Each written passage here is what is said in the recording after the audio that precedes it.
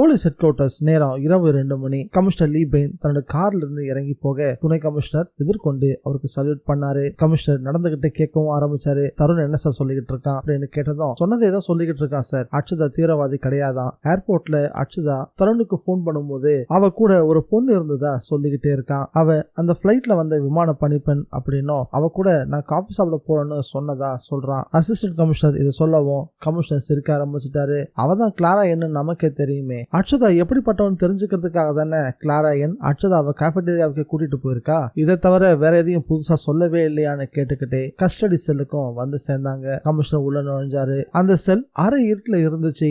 அங்க தருண வெறும் உள்ளாடைகளோட தலைகிழ கட்டி தொங்க விட்டு இருந்தாங்க. வேர்வையும் ரத்தமும் சேர்ந்து துளி துளியா தரையில சொட்டிக்கிட்டு இருந்துச்சு. கைகளை லாட்டிகளை வச்சுக்கிட்டு 2 சார்ஜன்ஸ் தருண பயங்கரமா தாக்கிட்டு இருந்தாங்க. கமிஷனர் சார்ஜன்ட் ஒருத்தர் இருந்து லாத்திய வாங்கிக்கிட்டு தருண நெருங்கி அவனுடைய தாடியை பிடிச்சு நிமித்தி பேசவும் ஆரம்பிச்சாரு. ரெஸ்டாரண்ட் பேர்ல தீவிரவாத இயக்கமா நடத்திக்கிட்டு இருக்க, உண்மையை சொல்லு. உன்னோட சேர்த்து ஹாங்காங்ல மொத்தம் எத்தனை தீவிரவாதிகள் இருக்கீங்க? உண்மையை நீ சொல்லிட்டா நீ இப்படி தலையில தொங்க வேண்டிய அவசியம் இருக்காது. நான் கேட்கிற கேள்விகளுக்கு உண்மையில சொன்னா உனக்கு ஃபேவரா என்னால நடக்க முடியும். சட்டத்துல இருந்து உனக்கு மன்னிப்பும் அரசாங்கத்திட்ட இருந்து பாராட்டும் வாங்கி தர முடியும். உண்மையை சொல்லு அப்படின்னு தருண கடுமையா மிரட்ட ஆரம்பிச்சாரு கமிஷனர். ரத்தமும் உமிழ்நீரும் வாயிலிருந்து வழிய பேச முடியாம கமிஷனரை ஏறிட்டு பார்த்தான் தருண். சார், நானும் என்னுடைய தங்கச்சியும் எந்த குற்றமும் செய்யாதவங்க. இந்தியா நான் பிறந்த நாடு. ஹாங்காங் நான் பிழைக்க வந்த நாடு. என் தாய் நாட்டை நான் எந்த அளவுக்கு நேசிக்கிறேனோ அதே அளவுக்கு ஹாங்காங்கையும் மதிக்கிறேன். கடந்த 10 வருஷமா நான் ரெஸ்டாரண்ட்டை இங்கதான் நடத்திட்டு வரேன். இது வரைக்கும் நான் எந்த தப்பையும் செஞ்சதே கிடையாது. இந்த நாட்டுடைய போக்குவரத்து விதிகளை கூட நான் மீறினதே இல்லை. இங்க எனக்கு இந்திய நண்பர்களை விட சீன நண்பர்கள் தான் அதிகம் அப்படின்னு சொல்லவும் கமிஷனர் சிரிச்சாரு. அதெல்லாம் பழைய கதை. நான் கேட்கறதுக்கு மட்டும் நீ பதில் சொல்லு. இந்த ரெஸ்டாரண்ட் ஆரம்பிச்சோன்னு சொன்னல, எத்தனை வருஷம் ஆச்சுன்னு சொன்ன அப்படின்னு கமிஷனர் மறுபடியும் கேட்கவும் 10 வருஷம் ஆச்சு சார் அப்படின்னு தடுமாறிக்கிட்டே பதில் சொன்னான் தருண். கடந்த சில மாசங்களா ஹோட்டல் ஒண்ணு கட்டணுன்றதுக்காக, அதுவும் 3 ஸ்டார் ஹோட்டல கட்டணுன்றதுக்காக நீ முடிவு செஞ்சிருக்கியாமே, அப்படியா அப்படின்னு கேட்டார் கமிஷனர். ஆமா சார், உண்மைதான். ஒரு 3 ஸ்டார் ஹோட்டல் கட்டணும் அப்படின்றதான் என்னுடைய வாழ்நாள் கனவு. அதுக்காக தான் பேங்க்லயும் நான் லோன் கேட்டிருந்தேன். என்னால இதை நம்ப முடியல. ஒரு சாதாரண ரெஸ்டாரண்ட் நடத்திக்கிட்டு இருக்க நீ ஹோட்டல்ல லோன் வாங்கி 3 ஸ்டார் ஹோட்டல் கட்ட போறியா? அதெல்லாம் சுத்த பொய்ன்னு எனக்கு நல்லாவே தெரியும். ஒரு தீவிரவாத கும்பல் உனக்கு உதவி செய்ய தயாரா இருக்கு. அந்த கும்பல் தான் ஹாங்காங்ல உனக்கு தேவையான பணத்தை கொடுத்துக்கிட்டு இருக்கு. அதை வச்சுதான் நீ 3 ஸ்டார் ஹோட்டல் கட்டுறதுக்கான திட்டத்தையும் போட்ட. இது எனக்கு நல்லாவே தெரியும். உண்மை சொல்லு. உன்னை தவிர இன்னும் எத்தனை ஆண்கள் எத்தனை பெண்கள் உன்னுடைய தீவிரவாத குழுவுல இருக்காங்க? நீ எந்த உண்மையும் சொல்ல தயாரா இல்லைன்னா எங்களுடைய இன்ட்ராகேஷன் இன்னும் கடுமையா மாற ஆரம்பிக்கும். படு பயங்கரமா மிரட்டவும் பயந்து போயிட்டான் தருண். சார், நான் நிரபராதி. என் தங்கி நிரபராதி. இதுதான் உண்மை. எங்களுக்கு வேண்டாதவங்க யாரோ தான் இப்படி எங்களை சிக்கல்ல மாட்டி விட்டுருக்காங்க. அது மட்டும் இல்ல சார், எங்க 2 பேரையும் வச்சு உங்களுடைய கவனத்தையும் திசை திருப்பிட்டாங்க. நீங்களும் அடிவாளம் போட்ட குதிரை மாதிரி ஒரே திசையில தான் விசாரணை பண்ணிட்டு இருக்கீங்க. நீங்க இன்னும் கொஞ்சம் புத்திசாலித்தனமா விசாரணையை பண்ணீங்கன்னா பல உண்மைகள் வெளிவரும் நான் நினைக்கிறேன் அப்படின்னு தருண் கமிஷனருக்கு அட்வைஸ் பண்ற மாதிரி சொல்லவும் கமிஷனருக்கு இன்னுமே கோவம் அதிகமாக ஆரம்பிச்சது. லீ பெயின் தான் கையில இருந்த லாட்டிய சார்ஜன் கையில கொடுத்துட்டு, இவன்ட்ட இப்படி பேசினாலும் உண்மையை சொல்ல மாட்டான். விடிய விடிய இவன் உடம்பு முழுக்க லாட்டிகளால கடுமையா தாக்குங்க. ஒண்ணு இவன் வாயில இருந்து உண்மை வெளியே வரணும், இல்ல இவன் உடம்புல இருந்து உசுர் வெளியே வரணும் அப்படின்னு சொல்லவரு வேகமா அந்த இடத்த விட்டு வெளியும் வந்தாரு. கமிஷனர் சொல்லிட்டு திரும்புறதுக்கு முன்னாடியே அந்த 2 சார்ஜனும் தருண கடுமையா தாக்க ஆரம்பிச்சாங்க. கமிஷனர் கோபமான நடையோட ஹெட் குவார்டர்ஸ் விட்டு வெளியே வந்து தன்னோட காருக்குள்ள ஏறி உட்கார்ந்தாரு. சுமார் அரை மணி நேர பயணம். சானியா கடற்கரை ரோட்ல இருக்கக்கூடிய அவருடைய பங்களாவுக்கு வந்து சேரும் போது நேரம் சரியா 3 மணி. போர்ட்டிகோல காரை நிறுத்திட்டு உள்ள நுழையவும் அவர் வீட்டு டெலிபோன் சினுங்க ஆரம்பிச்சது. போய் ரிசீவர் எடுத்து எஸ் அப்படின்னு சொன்னாரு. சார், நான் ஹெட் குவார்டர்ஸ்ல இருந்து அசிஸ்டன்ட் கமிஷனர் பேசுறேன் அப்படின்னு சொன்னதும், சொல்லுங்க என்ன விஷயம் அப்படின்னு அதட்டலா கேட்டார் கமிஷனர். சார், அது வந்து அந்த 2 சார்ஜன்ட்டும் தருணை பலமா தாக்குனதுல தருண் இறந்து போயிட்டான் அப்படின்னு தகவல் வந்து சேர்ந்துச்சு. நியூ டெல்லியில பாதுஷா ஸ்கொயருடைய வலது பக்க கார்னர்ல ஒரு 5 மாடி கட்டடம் இருந்துச்சு. அதனுடைய நெற்றி பகுதியில மனித உரிமைகள் கமிஷன் அப்படின்னு ஹிந்திலையும் ஆங்கிலத்திலையும் பெயர் பலகைகள் வைக்கப்பட்டிருந்தது. அந்த பில்டிங்கோட என்ட்ரன்ஸ்குள்ள ஒரு பைக் நுழைஞ்சிட்டு இருந்துச்சு. இருந்துச்சு. அதை ஓட்டிட்டு வந்தவரு ஹர்ஷவர்தன் சிபிஐல ஃபர்ஸ்ட் கிரேட் ஆபீசர். வயசு சுமார் 41. கிருதாவிலையும் மீசலையும் நரைகள் பரவ ஆரம்பிச்சிருந்தது. உடம்புல மட்டும் 25 வயசு வாலிபனுடைய திடகாத்திரம் தெரிஞ்சது. உள்ள நுழைஞ்சவரு பைக்கை ஸ்டாண்ட்ல போட்டுட்டு பில்டிங்குள்ள என்ட்ரியும் கொடுத்தாரு. காலியா இருந்த லிப்டுக்குள்ள நுழைஞ்சவரு 5வது தளத்துக்கும் வந்து சேர்ந்தாரு. லிப்ட விட்டு வெளியே வந்தவரு கொஞ்ச தூரத்துல இருந்த சேர்மன் ரூமை நோக்கி போகவும் ஆரம்பிச்சாரு. கே லால் கிஷன் மனித உரிமைகள் கமிஷன் அப்படின்னு பெயர் பலகை பொருத்தப்பட்டிருந்த அந்த கதவுக்கு முன்னாடி நின்று கதவை தட்டவும் உள்ள இருந்து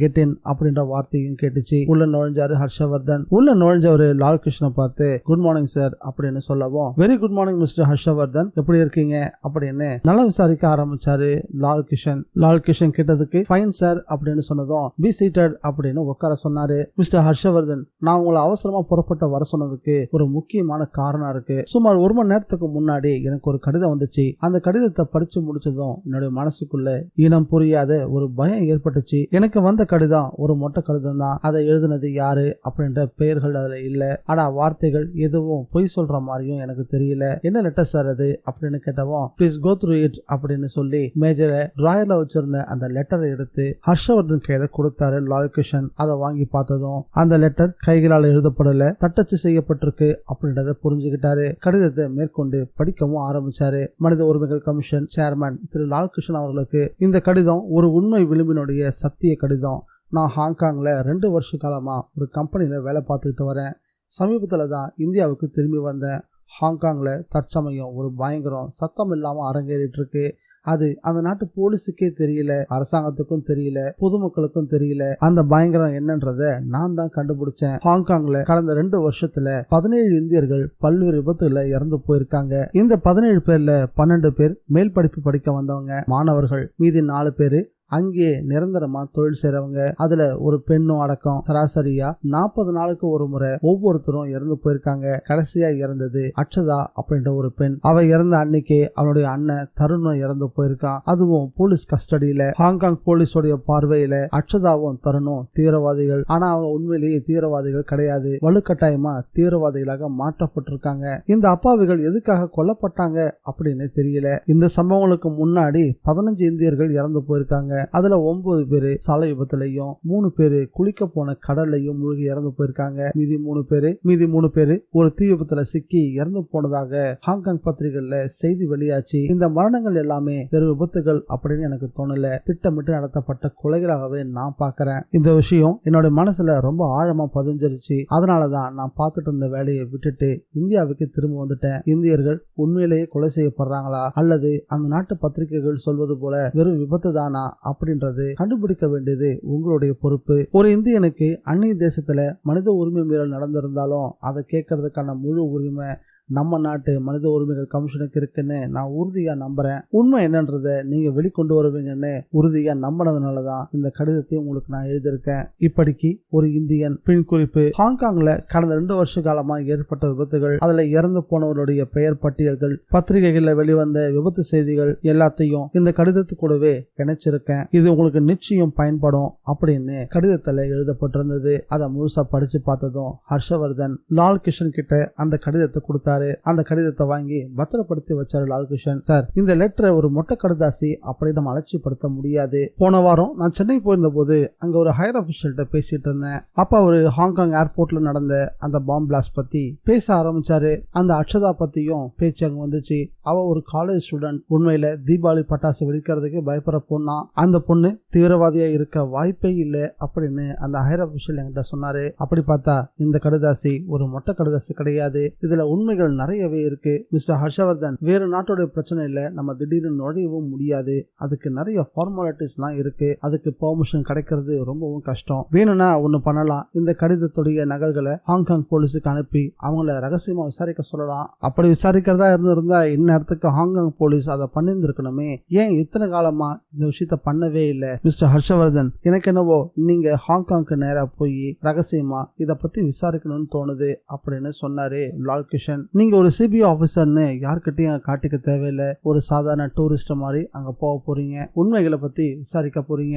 இத்தனை இந்தியர்கள் கொல்லப்பட்டதுக்கு பின்னாடி யார் இருக்காங்க அப்படின்னு உண்மையை கண்டுபிடிங்க. அதன் பிறகு லீகலா என்ன ஆக்ஷன் எடுக்கணுமோ அதை செய்யலாம் அப்படின்னு லால் கிஷன் சொன்னாரு. சரிங்க சார், நான் எப்ப கிளம்பணும்னு சொல்லுங்க அப்படின்னு ஹர்ஷவர்தன் கேட்கவும், அடுத்த வாரம் நீங்க ஒரு டூரிஸ்டா ஹாங்காங் போக போறீங்க. அங்க 1 மாத காலம் தங்கி இருந்து விசாரணைய ரகசியமா செய்ய போறீங்க. இந்த விசாரணையின் போது உங்களோட பெயர் பிலிப்ஸ். இன்னும் 2 நாட்கள்ல அதுக்கான பாஸ்போர்ட் மற்ற விஷயங்கள்லாம் தயாராயிடும் அப்படின்னு லால் கிஷன் சொல்லவும் அவர்கிட்ட விடைபெற்றுட்டு ஹர்ஷவர்தன் அங்கிருந்து கிளம்பினாரு. அதே நேரத்துல ஹாங்காங்ல சூமோலாய் தன்னுடைய பங்களாக்குள்ள வாக்கிங்க முடிச்சுக்கிட்டு முன் அறைக்கு வந்துகிட்டு இருந்தாரு.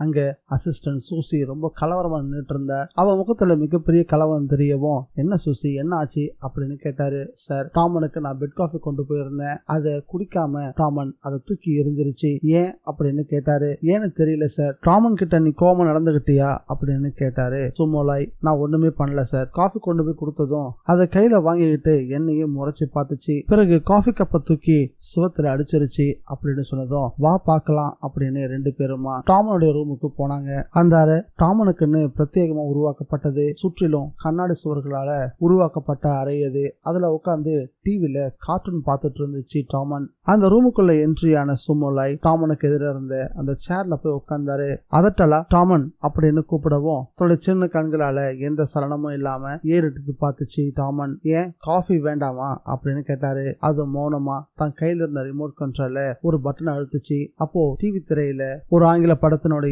படுக்கறை காட்சிகள் ஓட ஆரம்பிச்சது. அதை பார்த்ததும் சோமோலாய் ரொம்பவே திடுக்கிட்டு போயிட்டாரு. டாமன், என்ன இது? நான் உன்னை கார்ட்டூன் மட்டும் தானே பார்க்க சொல்லியிருக்கேன், அந்த சேனலை மாத்து அப்படின்னு படுக்கோவமா சொன்னாரு. டாமன் கிட்ட எந்த சலனமும் இல்ல, அமைதியா இருந்துச்சு. இப்ப சேனலை மாத்த போறியா இல்லையா அப்படின்னு கடுமையா எச்சரிக்கை செஞ்சாரு சோமோலாய். அதுக்கும் டாமன் இருந்து எந்த ரெஸ்பான்ஸும் இல்ல. சோமோலாய் ரொம்ப கோவமா சூசி பக்கம் திரும்பி, சூசி அந்த பெயின் கிவர் பிஸ்டலை எடுத்துட்டு வா அப்படின்னு சொன்னாரு. பெயின் கிவர் பிஸ்டல் அப்படின்றது ஆர்ப்பாட்டம் பண்ணிட்டு இருக்க பிராணிகளை அடக்கிறதுக்காக அந்த பிராணியுடைய பயிற்சியாளர்கள் பயன்படுத்தக்கூடிய ஒரு வகையான பிஸ்டல். அந்த பிஸ்டல்ல இன்ஜெக்ஷன் மருந்தோட கூடிய சின்ன ஊசிகள் இருக்கும். அது விலங்கோட உடம்புல பட்டதும் சுமார் 1 மணி நேரத்துக்கு தாங்க முடியாத எரிச்சலையும் வலியையும் ஏற்படுத்தும். ஆர்ப்பாட்டம் பண்ணிட்டு இருக்க அந்த விலங்கு ஒரு முறை அந்த வலியை அனுபவிச்சுட்டா அதன் பிறகு எந்த பிரச்சனையும் பண்ணாது. அந்த பிஸ்டலை பார்த்தாலே அடங்கி ஒடுங்க ஆரம்பிக்கும். அந்த பிஸ்டலை தான் சூசியை எடுத்துட்டு வர சொன்னாரு சோமோலாய். பெயின் கிவர் பிஸ்டல் அப்படின்ற வார்த்தையை கேட்டதுமே வேகமா தன் கையில இருந்த ரிமோட்ல பட்டன் அமுக்கி அந்த காட்சிகளை மாத்தி கார்ட்டூனை வச்சிருச்சு டாமன். டாமன் பயந்துருச்சுன்னு தெரிஞ்சுக்கிட்டதும் சோமோலாய் கொஞ்சம் அன்பா பேச ஆரம்பிச்சாரு. டாமன், என்னாச்சு உனக்கு? வழக்கமா சாப்பிடக்கூடிய பெட் காஃபி உனக்கு வேண்டாமா அப்படின்னு கேட்டாரு. அதுக்கும் அதுகிட்ட இருந்து எந்த பதிலுமே இல்ல. சரி, உனக்கு காஃபி வேண்டாம், வேற என்னதான் வேணும் அப்படின்னு கேட்டதும் அது சூசிய கை காட்டுச்சு. ஹர்ஷவர்தன் ஹாங்காங் வந்து இறங்கின அந்த பிளைட்ல இருந்து ஏர்போர்ட்டுக்குள்ள என்ட்ரி ஆகிட்டு இருந்தாரு. ஹர்ஷதா வந்து இறங்கிய அதே கைடாக் ஏர்போர்ட் தான் அது. தன்னுடைய லக்கேஜ்களை சேகரிச்சுக்கிட்டு கஸ்டம்ஸ்குள்ள நுழைஞ்சாரு. கஸ்டம்ஸ் அதிகாரியா ஒரு நடுத்தர வயது சீன பெண் இருந்தாங்க. அவங்க ஹர்ஷவர்தனுடைய பாஸ்போர்ட்டை வாங்கி ஒரு பார்வை பார்த்துட்டு, மிஸ்டர் பிலிப்ஸ் அப்படின்னு ஹர்ஷவர்தனை கூப்பிடவும், எஸ் அப்படின்னு கேட்க ஆரம்பிச்சாரு ஹர்ஷவர்தன். நீங்க ஃபர்ஸ்ட் டைம் ஹாங்காங் வந்திருக்கீங்களா அப்படின்னு கேட்டாங்க. ஆமா அப்படின்னு சொன்னதும், ஒரு டூரிஸ்டா நீங்க ஏன் ஹாங்காங்க செலக்ட் பண்ணீங்கன்னு தெரிஞ்சுக்கலாமான்னு கேட்டாங்க அந்த சீன பெண். ஹாங்காங்ல குற்றங்கள் நடக்கிறது கொஞ்சம் அரிதான விஷயம். சுற்றுலா பயணிகளால இங்க மகிழ்ச்சியா இருக்க முடியும். உலகத்துல இருக்க எல்லா டூரிஸ்டுகளுக்கும் ரொம்பவே பிடிச்ச இடங்கள் 2 தான். ஒன்னு சுவிட்சர்லாந்து, இன்னொன்னு ஹாங்காங் அப்படின்னு சொன்னாரு ஹர்ஷவர்தன். ஹர்ஷவர்தனோட இந்த பதில்கள் அந்த சீன பெண்ணுக்கு ரொம்பவும் திருப்திகரமா இருந்ததால, ஹாங்காங்க பத்திய உங்களுடைய உயர்வான அபிப்பிராயத்துக்கு ரொம்பவே நன்றி. ஹாங்காங்ல தங்க போற இந்த 1 மாத காலமும் நீங்க மகிழ்ச்சியா இருக்கணும் அப்படின்னு வாழ்த்து சொன்னாங்க. பிலிப்ஸும் நன்றி அப்படின்னு சொல்லிட்டு கஸ்டம்ஸை விட்டு வெளியே வந்தாரு. வரிசை நின்றுட்டு இருந்த டாக்ஸி ஒண்ணு பிடிச்சு அதுல ஏறி உட்கார்ந்தாரு ஹர்ஷவர்தன். ஹோட்டல் டான் இன்டர்நேஷனல் அப்படின்னு சொன்னதும் டாக்ஸி வேகம் பிடிக்க ஆரம்பிச்சது. சுமார் 120 கிலோமீட்டர் வேகத்துல வெறும் 15 நிமிஷத்துல ஹோட்டல் டான் இன்டர்நேஷனல் முன்னாடி அந்த கார் நின்னுச்சு. காரை விட்டு இறங்கினாரு ஹர்ஷவர்தன். ஹோட்டலுக்குள்ள நுழைஞ்சவரு நேரா ரிசப்ஷன் போய் தன்னுடைய விவரங்களை சொல்ல ஆரம்பிச்சாரு. அங்க இருந்த இளைஞனும் எல்லாத்தையும் கேட்டுட்டு 7th floor ரூம் நம்பர் 779 அப்படின்னு சொன்னா. தேங்க்யூ அப்படின்னு சொன்னவரு லிப்ட்ல ஏறி வெறும் 20 வினாடிகள்ல 7th floorக்கு வந்து சேர்ந்தாரு. 7th floorல ரூம் நம்பர் 779 தேடி கண்டுபிடிச்சு அந்த ரூமுக்குள்ள என்ட்ரி ஆகி தன்னுடைய லக்கேஜஸ் ஓரமா வச்சாரு. ஹர்ஷவர்தன் முகத்துல பயண களைப்பு நல்லாவே தெரிஞ்சது. கட்டில் மேல உட்கார்ந்தவரு முதல் வேலையா போனை எடுத்து மனித உரிமைகள் கமிஷன் சேர்மன் லால் கிருஷ்ணனுக்கு போன் பண்ணி, சார் இப்பதான் இங்க வந்து சேர்ந்தேன், மணி இப்போ நள்ளிரவு 1 மணி அப்படின்னு வந்து சேர்ந்த தகவலை சொல்லவும், இந்த நள்ளிரவுல இருந்து இவங்களோட வேலைகள் எல்லாம் ஆரம்பமாகட்டும், வெளியே போகும்போது ரொம்ப ஜாக்கிரதையா இருங்க அப்படின்னு எச்சரிக்கையை சொல்லிட்டு போனை வச்சாரு லால் கிருஷ்ணன். ஹர்ஷவர்தனும் போனை கட்டில் மேலே வச்சுட்டு அப்படியே சாஞ்சி படுத்தாரு. ஒரு மொட்டை கடுதாசியை நம்பி ஹாங்காங்க்கு வந்து சேர்ந்தாச்சு. இந்த கேஸை எப்படி டீல் பண்றது அப்படின்னு மனசுக்குள்ள ஒத்திகையும் பார்க்க ஆரம்பிச்சாரு. ஹாங்காங்ல கடைசியா இறந்து போன அந்த இந்தியனோட பெயர் தருண். அவன் ஹாங்காங்ல சவுத் வெஸ்ட் பீச்ல டேஸ்டி ரெஸ்டாரண்ட் அப்படின்ற ரெஸ்டாரண்ட் நடத்திட்டு இருந்திருக்கான். நம்முடைய விசாரணையை அங்க இருந்தா ஆரம்பிக்கணும். யாருக்கும் எந்த சந்தேகமும் வராம விசாரணை பண்ணணும். நூலிழை அளவுல உண்மைகள் கிடைச்சாலும் போதும், அதை வச்சு மத்த உண்மைகளை கடகடன்னு கண்டுபிடிச்சிடலாம் அப்படின்னு மனசுக்குள்ள சொல்லி பார்த்துக்கிட்டாரு. அப்படியே ஒரு 5 நிமிஷம் கண்ணை மூடி தூங்கவும் ஆரம்பிச்சாரு. சரியா 5 நிமிஷத்துக்கு பிறகு அந்த ரூம்ல இந்த டெலிபோன் சினுங்க ஆரம்பிச்சது. ஹர்ஷவர்தன் ஒரு திகைப்போட, இந்த நேரத்துல யார் நமக்கு போன் பண்றாங்க, ஒருவேளை ரிசப்ஷன் வந்து கூப்பிடுறாங்களோ அப்படின்னு சந்தேகத்தோடவே படுக்கையில இருந்து எழுந்திருச்சு உட்காந்து போனுடைய ரிசீவர் எடுத்து காதுல வச்சாரு. ஹலோ அப்படின்னு தயங்கபடியே சொல்லவும், மறுமுனையில ஒரு பெண்ணினுடைய குரல் உற்சாகமா கேட்டுச்சு. Mister Harshvardhan, welcome to Hong Kong.